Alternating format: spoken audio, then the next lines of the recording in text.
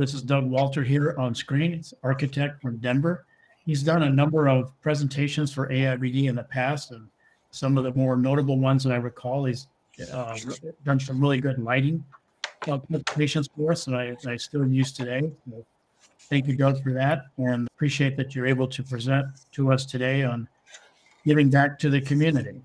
If I recall, your intent is to allow us to do a little bit of an open discussion at first, and then you want to show your presentation. At first and during and after. I don't want this to be a formal presentation, although I have a PowerPoint that we can bounce off of. Okay, so I want to read this to everyone so we are legal. This is the disclaimer for recorded meetings, usually a meeting with an education presentation or discussion. Welcome to the AIBD Denver Metro chapter. My name is Debbie Lundquist, your chapter chair. Before we begin, I have a few important points to share. Firstly, this meeting is being recorded to share our discussion on our YouTube channel, allowing those who couldn't join us today to benefit from our conversation. By participating in this meeting, you consent to being recorded and for the recording to be shared publicly. Please avoid sharing any personal or sensitive information that you wouldn't want to be publicly accessible. If you don't wish to be recorded or have your comments included in the video, let us know now, or feel free to switch off your camera and participate via chat only. Secondly, as professionals in the same industry, it's crucial to remember our obligations under the antitrust laws. These laws exist to promote fair competition and prohibit practices that restrain trade. During our discussion today, please avoid topics that could infringe on these laws, such as price fixing, market division, or any other anti-competitive behaviors. Your understanding and cooperation are greatly appreciated. Now let's move forward with our enriching discussion.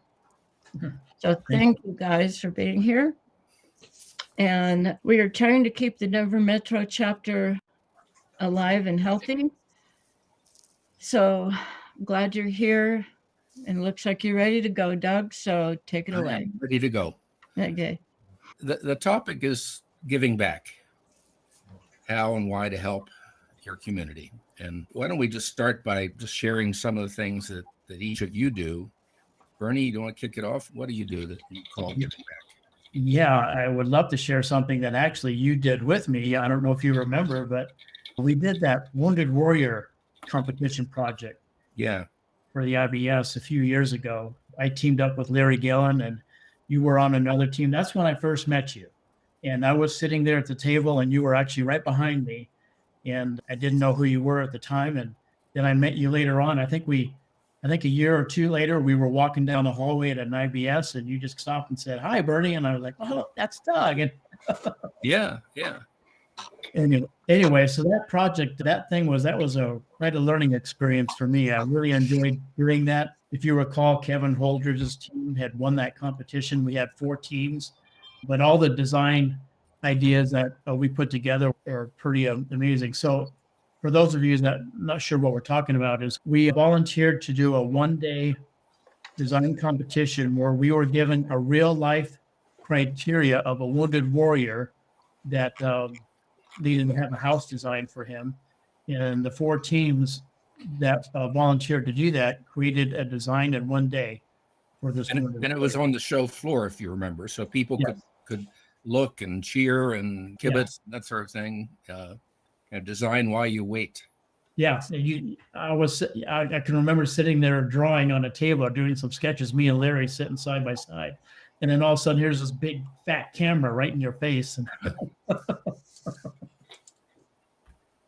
anyway, that was really cool. I really learned a lot from that, and it was a lot of fun.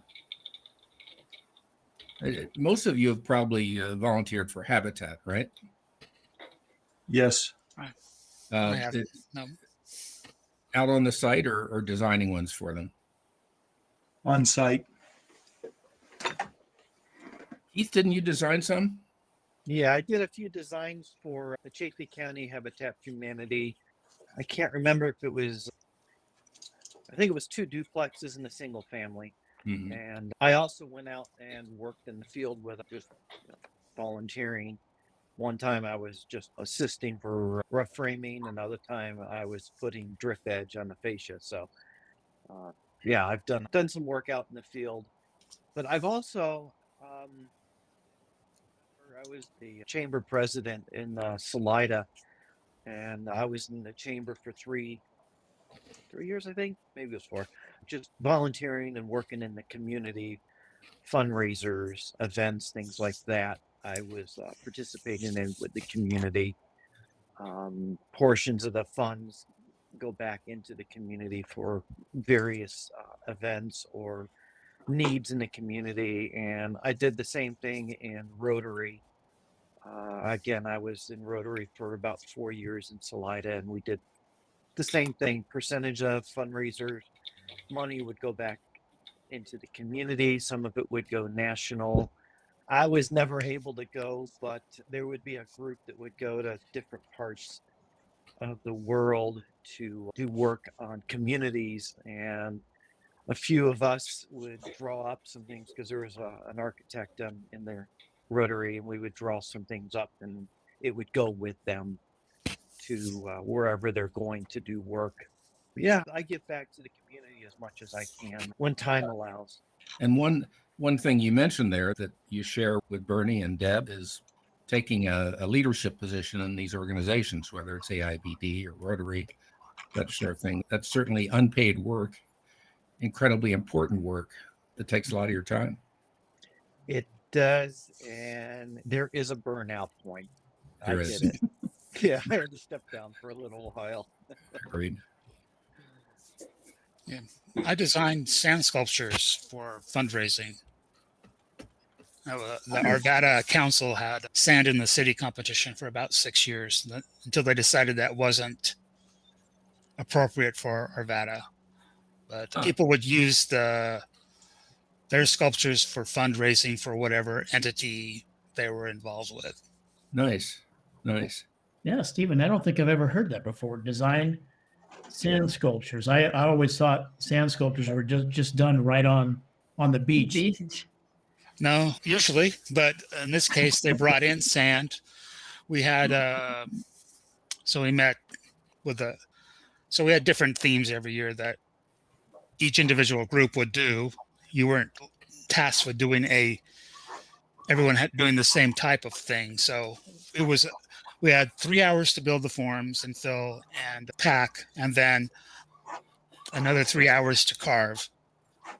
Wow. Well, there's an idea for another art category. Yeah. I'm sure a lot of you have done charity walks, runs, bike things. That's seems to be a very popular activity. Is a good way to fundraise. Yeah. Our executive director, Stephen Mickley, does that quite a bit. Yeah. He's always hitting me up.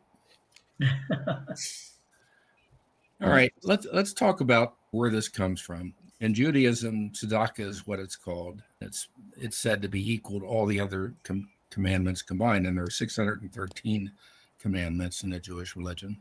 Christianity, of course, has many quotes about charity and how important it is. Islam, it's one of the 5 pillars of Islam.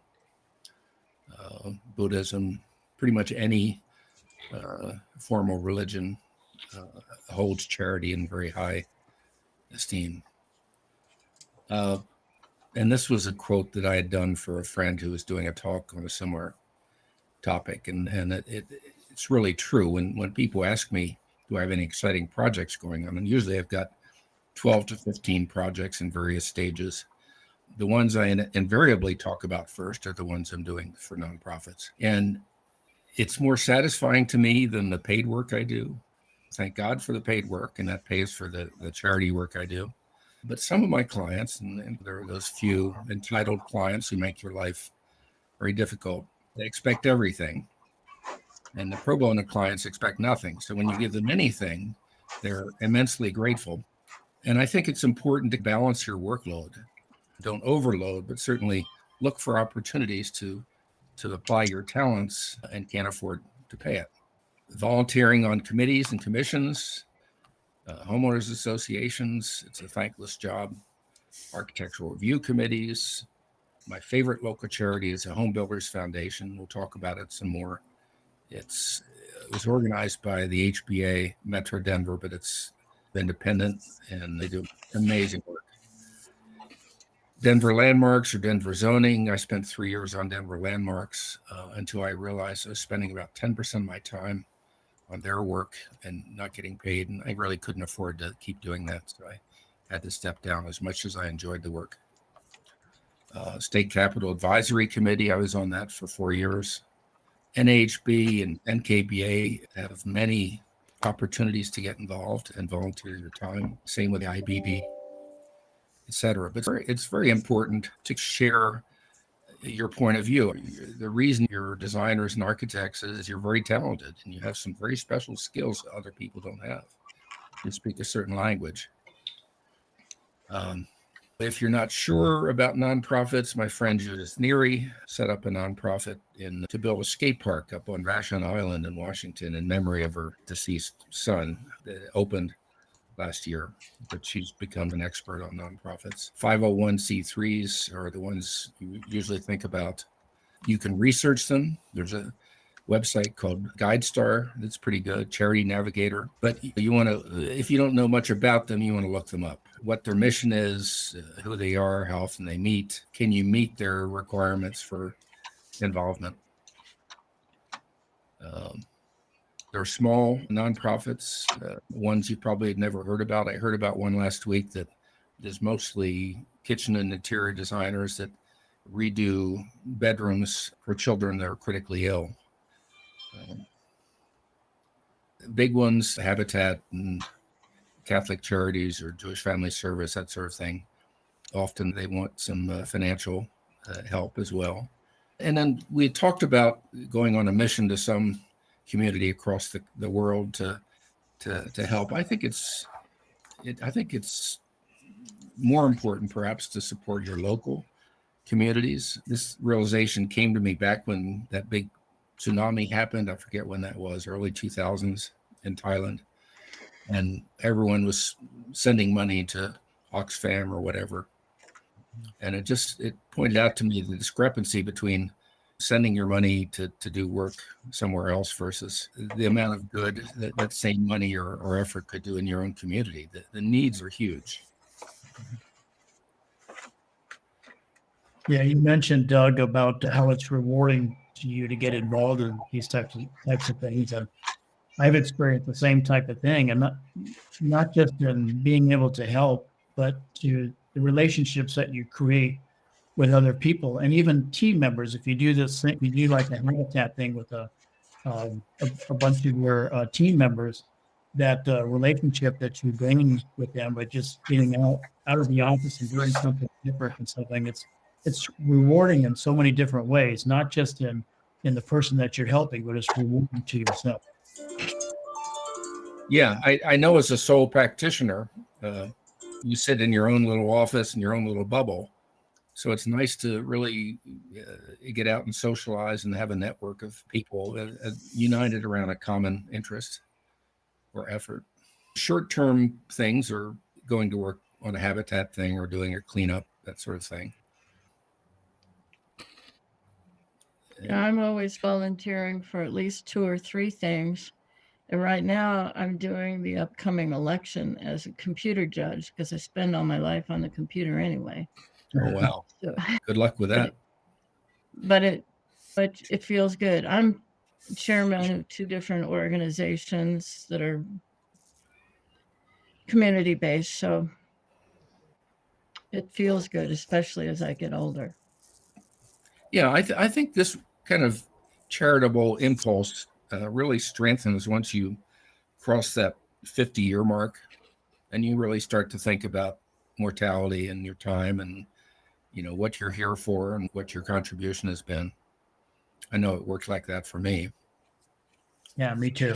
And again, you don't want to overcommit either. That was my experience with Landmarks. It was a perfect fit because I trained as a restoration architect. I could speak the language. I knew good design. And the commission is a mix of architects, planners, and general public, community people. So a lot of the people on the commission don't have the ability to really recognize things. They learn it on the job, but it was usually the architects who were leading the discussion on a particular project and design review. And the fact that we're used to problem solving, that's basically the definition of our job. It is of immense value to any number of organizations. My favorite ones, I would say, would be Habitat. I haven't done anything for them in a long time, but I used to design houses, and one of the previous directors used to use me whenever they had a zoning variance. I would go and present to the Board of Appeals, and we happy to say we won every one. Easter Seals has a wonderful camp up in Empire called the Rocky Mountain Handicap. I think it's for all sorts of members of the disability community. It's pretty active, and I did about 4 or 5 buildings up there. We did a big addition on what we renamed Home Builders Lodge, because the home builders donated a lot of the material and the construction on that one, and then did several of the cabins and directors' cabin. And then the big one is Home Builders Foundation. I've been volunteering for them for about 22 years.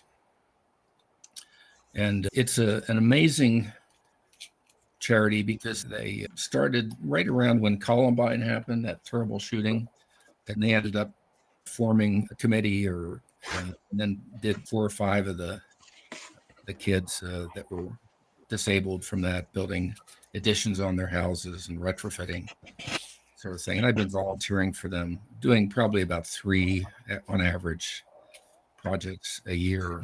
And last year they did 135 different projects, and these were at no cost whatsoever to the recipient. The home building community, the supply are just amazing at stepping up and serving this need.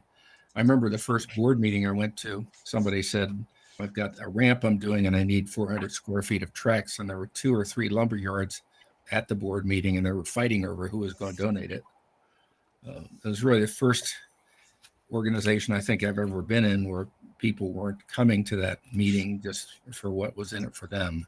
It was all about giving. So here's an example of one of the Home Builders Foundation projects. This lady, Elizabeth. Hey, Yeah. Doug, one second. We still see the first page of your PowerPoint. While Okay, you're doing that, can I ask a question? Of course. Do you have to be a member of the HBA in order to volunteer for that? No, Okay. you don't. Oh, cool. That's really the good thing about it. It's truly an independent charity. Yeah, I was going to ask the same question, Debbie. Thanks. But I can say that being a member of the HBA is a good thing. We've been part of the Custom Home Builder Remodel Council for a little bit. And Deanne is part of the Professional Women in Construction. And it's amazing the support a person gets through that relationship.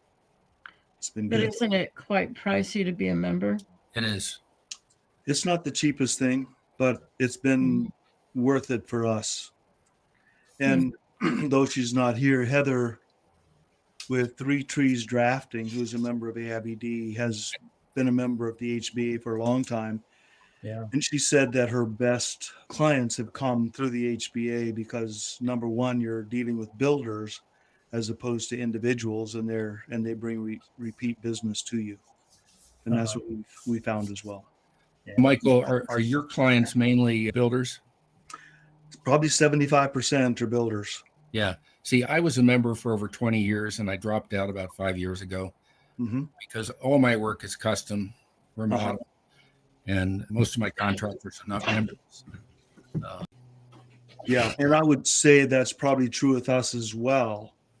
Though I do know that the HBA builders are, I think it's okay to say this, not as, or the HBA builders are a higher level of builders than the ones we've been working with. But again, 75% of our work is additions, remodels. Very seldom do we, like 20% of our work is new ground up build. Then it's worth it for you to maintain your membership. Yes. I think you got it, Doug. Yes. Yes. Yes. It's hard to teach an old dog new tricks. Fantastic. It doesn't put money in your wallet, but it sure pays you in big time in your heart. Oh, wow. That's a good list there. Yeah, I've done all of them except commission. My friend, who was it? He was on it. He was chair for a while. They were meeting twice a week. Ridiculous amount of volunteer hours. With Landmarks, sometimes we'd start our meetings. It was once a month. We'd start at 1:00, but sometimes we didn't finish till 6:30. Pretty intense. So again, what do you mean by the little dog or the big dog? Explain that. There are small charities, usually local charities that you might not have heard of or didn't know much about, that you might want to research. The big dogs everyone knows, the giant charities, American I see. Cancer. Okay. that sort of Okay. thing. Yeah.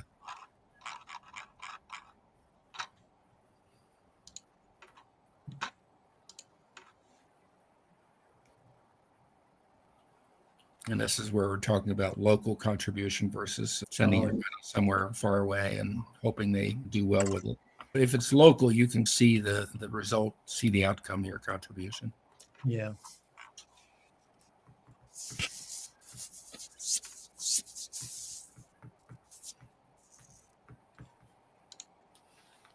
Can you talk us through these as you go through the slides, Doug? I talked through them as I was seeing them. You weren't seeing them. You're just getting us caught up to where you were. Yeah, I was getting you caught up basically, but it was differentiating between projects and program. Project is a one-time thing, but program is an ongoing series of projects. And I have to laugh sometimes. I'll read in the NHB bulletin about some home builders thing that got together and did a accessibility retrofit for a veteran or something. One project, and they're proud as can be. And here's the Home Builders Foundation Yeah. doing 135 a year on a regular basis. Yeah.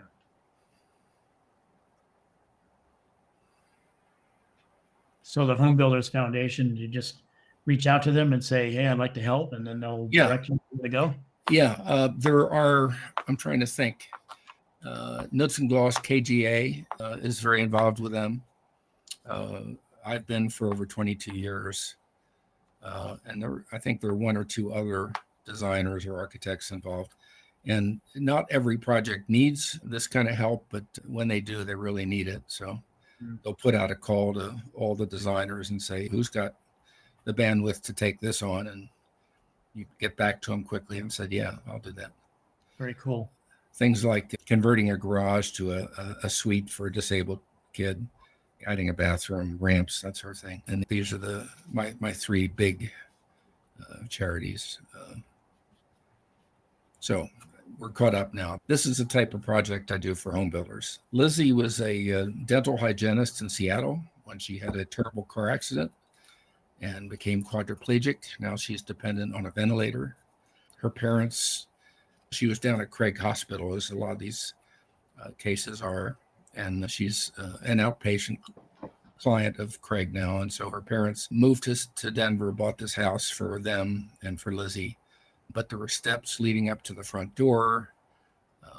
It's hard for her to get in and out. Very tricky to shower because you can't get any water in her trachea, obviously. Hang on, let me go back. So we ended up doing a nice, long, gentle sidewalk up to the front door with a landing. So there are no steps at all to get in that way.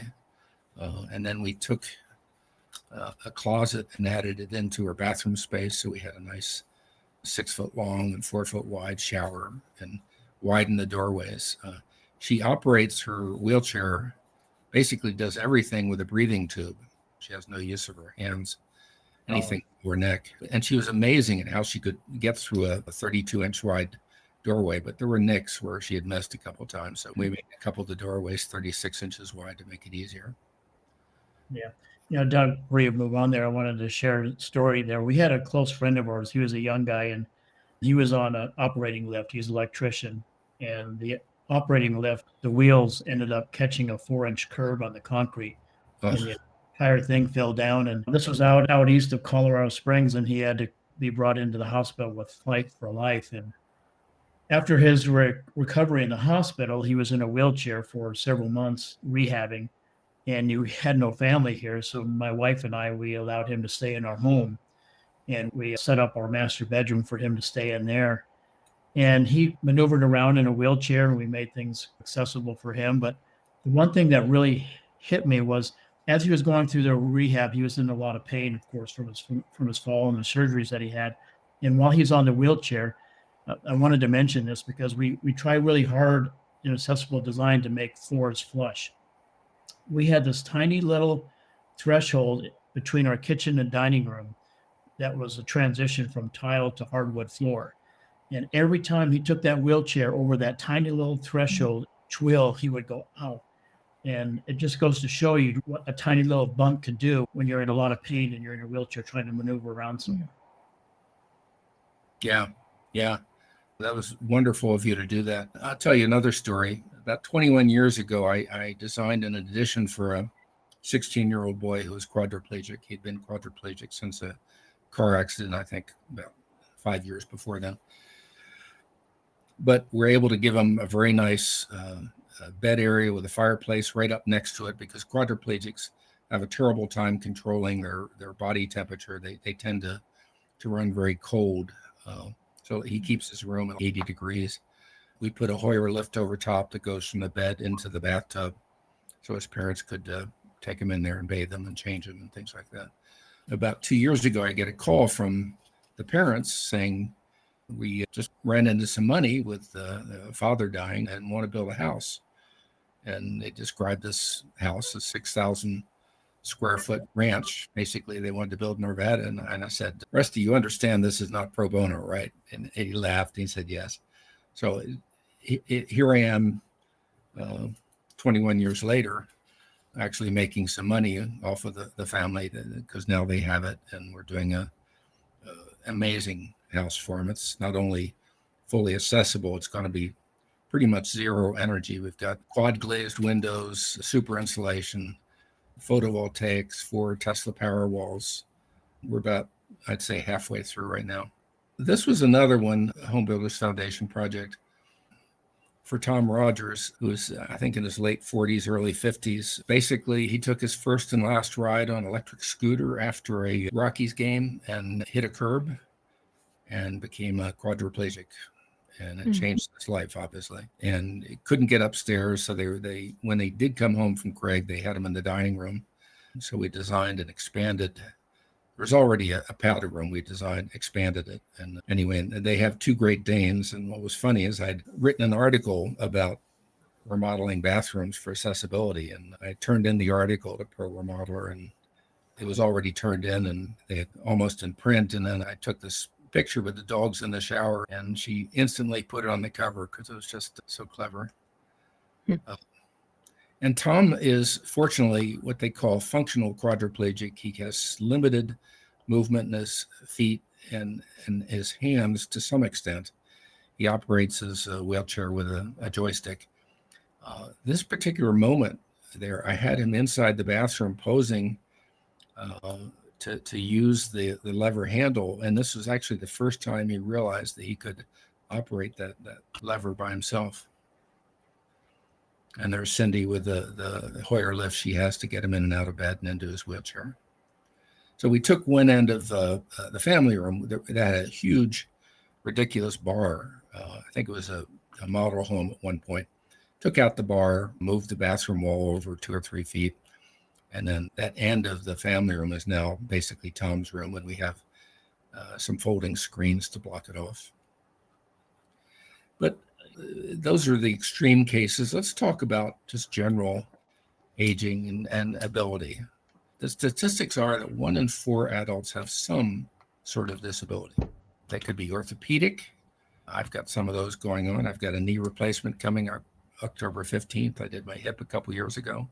Nervous system disorders, Parkinson, things like that, neuromuscular conditions, neurological conditions. So in orthopedic conditions, of course, it could be a temporary thing like a broken bone or a sprain or something like that, but it could be more serious. The neuromuscular spectrum includes MS and Parkinson's, ALS, and its cousin PLS. I'm doing a project right now for a woman with PLS, muscular dystrophy, neurological conditions. And what's interesting is that some of these disabilities are completely invisible. You wouldn't know that people have them. And then there are the kind of the owner-controlled or the user-controlled impairment, the drinking, the drugs, being overweight, getting old. Don't get old. Inattention, that's a big one with cell phones and things like that.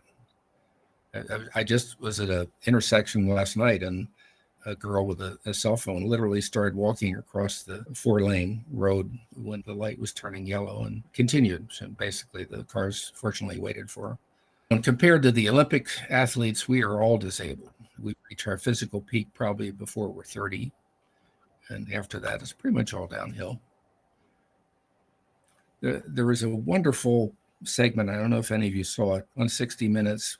Chris Downey is a San Francisco architect who lost his sight due to a brain tumor. And he claims he's a better architect now than he was before he lost his sight. And the quote is that there are two types of disabled, those with a disability and those who haven't found theirs yet. And a way that a lot of people end up disabled is falling, particularly with seniors, broken hips. 25% of those people who break a hip will die within 6 months. There's nursing home care involved. Traumatic brain injury can happen with falls. It's a serious problem. So we're fastidious about, on any of our projects, even if the clients aren't asking, we are evaluating the safety of their stairs. There are headroom issues on the left, not unusual in older homes. The treads are too short, the risers are too tall, no handrails. That picture's on the right there, that kind of 80s wood with glass handrail was very popular. A 2x8 turn it on its side and call it a handrail. Well, the problem with that is you can't grasp it. You can pinch it, but you can't grasp it. In this particular home, the woman fell from where I took this picture down to that first landing and laid there for 6 hours until her husband got home. So they sold the house, and for the new owners, we kept the handrail, but we added this continuous steel rail on top of it that worked beautifully, because the 2x8s were not only hard to grasp, they were too low. They were like, I think, 29 inches. And then there are devices, platform lifts, chair lifts, elevators. I'm doing an elevator right now. One elevator. I've done several in the past. Not as expensive as you would think, and it sure makes the house fully accessible, all levels. I did one in Country Club that we ended up with 5 different levels. We have a basement, garage, first floor, then I have a mezzanine over the garage, and then I have a second floor. We're able to serve all of those levels with one elevator. The Bible for accessibility, of course, is ICC A1171. I went ahead and got certified as an inspector and plan examiner through ICC. That was a surprisingly difficult exam. It was open book, and I think it might have been 4 hours. I was laughing to myself, oh, they're letting us do it open book, because all my other tests have been closed book. But I used every minute of the time allotted, because you were constantly going back and forth and finding where the references were that they were asking us to answer. So ANSI A117 is the root document for accessibility regulations, whether it's Fair Housing Act or ADA, that sort of thing. And it's all regulated by the accessboard.gov. So the mobility devices that we see, besides the conventional wheelchairs, are power wheelchairs, scooters.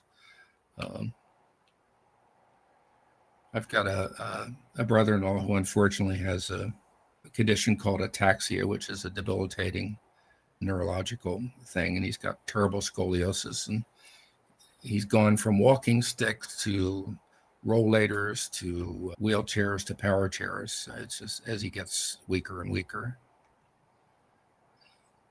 This was one I did years ago with Lennar Homes. Just an amazing story. This couple raised 4 kids. The youngest kid graduated high school and joined the Marines and left. So what did they do? They adopted 4 more kids, these 3 brothers and their sister. And 2 of the boys have muscular dystrophy and are in a wheelchair full time. And before home builders came in, they would take their wheelchair into the garage, leave it there, and then crawl into the house. And that's how they got around. So we ended up doing, I think, 3 ramps for them. We overcompensated. We did a ramp in front, a ramp in back, and a ramp in the garage. And this was a suite for the boys. It's their own room that opens right out to a deck and a ramp, and we have a overhead lift that gets them into the bathroom.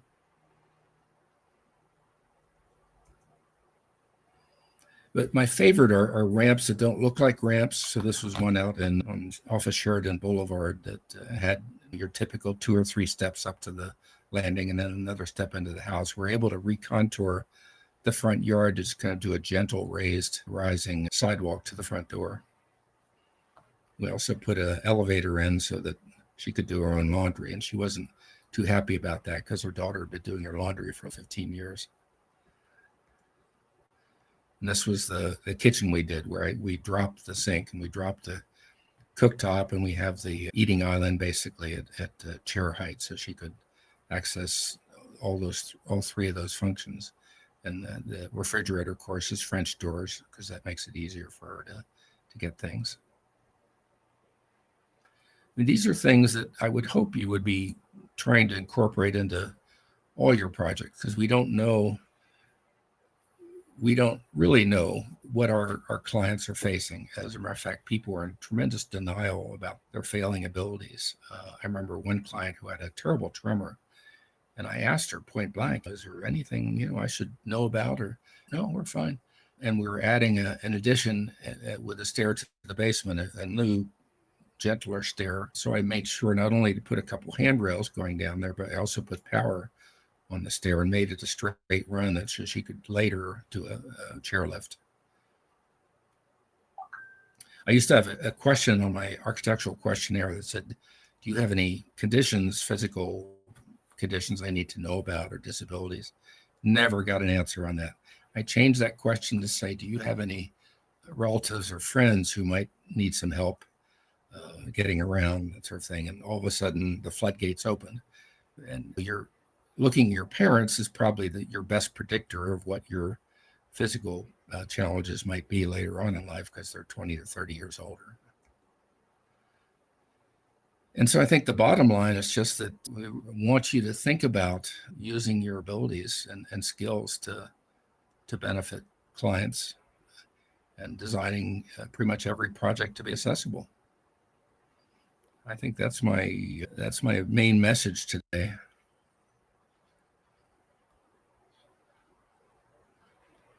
Did I bore you to tears? No, that was fascinating.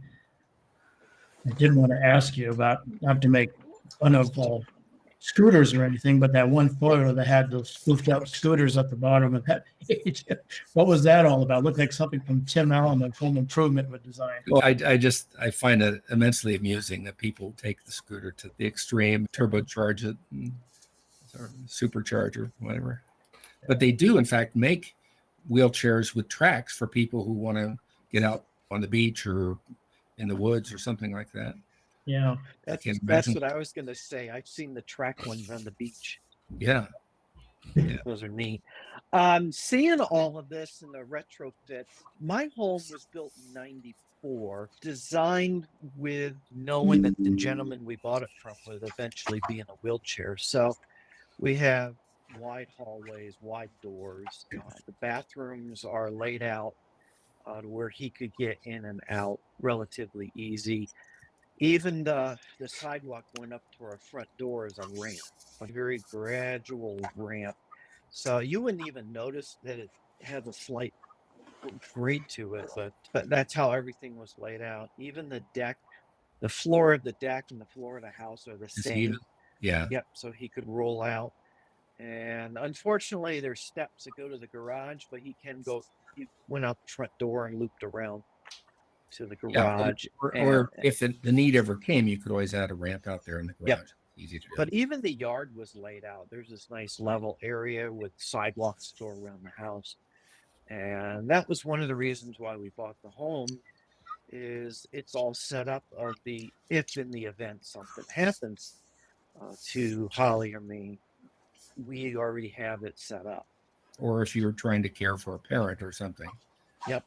Yeah. So you're very lucky. This was built in 94 with all of that, knowing he would eventually be in a wheelchair. That's really wonderful. Yeah. That's the way you describe, particularly the front wall coming to the front door. It should be invisible. It should be beautiful. And oh, by the way, it's also accessible.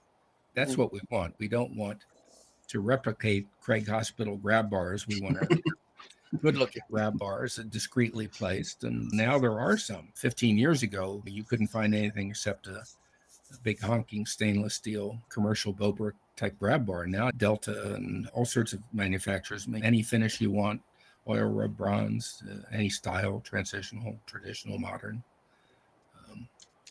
And then a company called, I think it's Healthcraft. They make a line called Invisia. Do you know about this? They make all sorts of things that also happen to be grab bars, like soap dishes that have a bar around them. There's a circular bar that they put around the control for your shower that just looks decorative, but actually it's a grab bar. They invented that, and then Delta came along and ripped them off and have a line called, what was it called? I forget now. They have a whole line of grab bars and that sort of thing. But I try to do grab bars not only as grab bars, I do grab bars as towel bars. Because if someone needs help, if they're falling, they're going to grab anything they can. We do it in everywhere for towel bars, hooks, even if they don't use it. I had one client who was over in Congress Park who was a triathlete who just poo-pooed the whole idea of grab bars. But it was ludicrous because he could be out on a training run today and twist an ankle. And he'd be on the phone tonight saying, can we put those grab bars in? He did ask his parents, who came to visit quite a bit, if they wanted a grab bar in their shower on the first floor. And they said, oh, yes. So we got at least one grab bar in that house.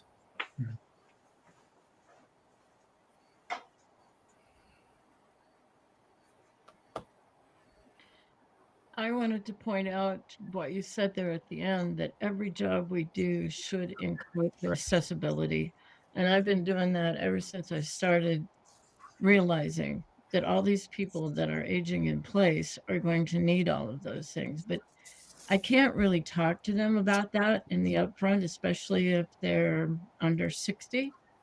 I just pre-design it so it's ready. And I have a detail for grab bars that shows how you have to have blocking and all of that so that towel bars could be made into grab bars. Yeah. I mean, you actually have to sneak some of the stuff in. Yeah, that's what I do. They are in complete denial. I'm fine. I can get around just fine. You really need to design for the client 10 or 20 years ahead so they can age into it. And if people realized how much going into some sort of assisted living costs, they would easily spend the money to retrofit their house to have everything that Keith's house has in it already. Yeah. I actually do the same thing, Deborah. I always note blocking like around the shower, toilets, even down hallways and things. I just call out blocking so many inches off the floor. I like seeing like 2x12, so we've got that nice chunk that we can get in at a different height or a different level. So yeah, I always try to put that incorporated in my drawings too, just like you do. It's a great way to do it, and it's made out of scrap wood. It's not like they're really spending anything. Roll-in showers are really nice too. Yeah, and most of my clients occasionally. Yeah, most of my clients are open to those because they're just cute. At some point, they may be necessary. Yep. I have requests for those more than tubs. Yeah, tubs are becoming a little passe, except for people with little kids. Yeah. Keith, have you seen the wingets so you can put grab bars on even if there's no blocking? Yeah. Yeah. I prefer blocking, but in a pinch, in a retrofit situation, you may have to do that. Yep. Yeah. This is all very interesting. When we purchased our house 17, 18 years ago, it was with the thought that we may end up with guests because of having been in the ministry and being with older people who like our older companions and their issues. So we made sure we had a bedroom on the main, a bathroom on the main. We have 2 small or shallow steps getting up into the house from the front, and it turned out that was good. We've had a Bible study in our home, and there's a quadriplegic that has been there. We have the 5-foot doors that open up in the front, so a 30-inch door, but you can open both of them up, and we've done that. And so we had the 2 ramps for him. For a year and a half or almost 2 years, my mother-in-law lived with us as her ambulation decreased, and it is amazing how a 26-inch wide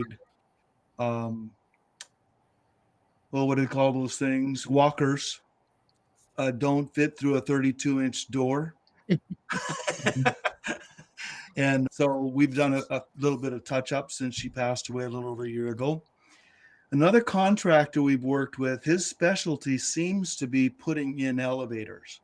We haven't done any work for him for probably a couple of years, but during the time we were working with him, we did 12 or so different elevator retrofit installs. And that opened my eyes to the thought of where in new design or even retrofit design can we block out the flooring for a 5x5 or 5.5 by 5.5 inch elevator, so that if in the event down the road they need an elevator, there's already framing, the double joist around whatever that framing opening would be to simplify it. It's amazing how many people that were not open to it. We've got a client right now.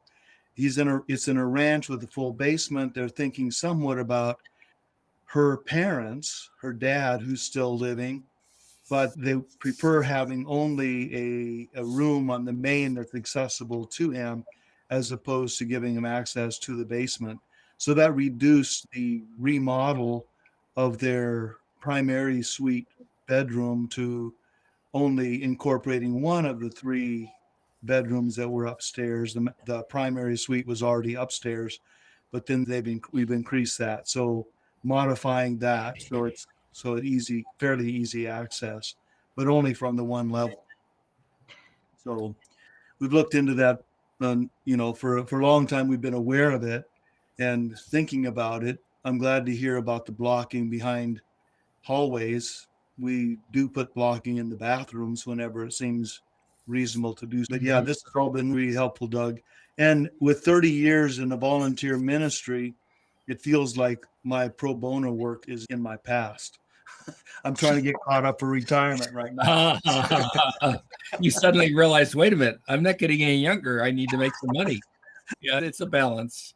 Right. Speaking of money, what would you say an elevator is to put in now? I've been telling my clients 30,000, but I haven't checked lately. It's 30 probably just for the equipment, but then you got to build the shaft and finish it and that sort of thing. So I would say Okay, at least 50. so I'm talking new builds. Yeah. So about 30,000 is still right. Well, I would say 50 is a ballpark just to be on the safe side. I'm doing one right now. It's costing 90, but it's very trick. We have wire mesh in the cab, like an old European elevator, and wire mesh in the shaft, and rustic finishes and all sorts of trick stuff. Mm-hmm. It's costing more than it should, unfortunately. Yeah, and another thing with that, Debbie, is that if you have all of your doors on one side, you're able to access that elevator is cheaper than if you have 3 different sides that you need to have access for. Yeah. Yeah, and I did have one of those that was 4 floors. Mm-hmm. No, it was 3 floors. Anyway, yeah, and doors every which way. And they wanted windows because it was on an exterior wall. So they wanted windows going up the shaft. But I feel like it's 10:34, so we should probably let people get back to work. But, oh, Doug, this has been so helpful. Huh? And make money for retirement. And make money for retirement. Absolutely. And we got to build a house in Mexico. So I got to make some money. This is about it for me today. I get to go outside, do some work around the yard. So if anybody wants to come on down to Canyon City and have nothing better to do. Okay, I'll keep that in mind. So when you get done with yours, Keith, you can come up and help me. Sounds good, Steve. I have this really old dead tree in the backyard I need to cut down today. So, Good Be luck. careful. Be careful. oh yeah, you gotta be careful. I've been using a chainsaw as far back as I can remember. Yeah, I love anyone chainsaw needs work. anything to do, Yeah, come on down. I love chainsaw work. I do. All right. It's been fun being with you guys. Thanks Yeah, so We much, really Deb. Thank you, appreciate Nishi. it. Thank you so much. Oh, my pleasure entirely. And I'd Thank you, Deborah. like to for putting talk to you this on. some more. Okay, Deb, let's keep in touch. All Yeah. right. Thanks, Stay- everybody. Take Yeah. care. Bye-bye. See ya.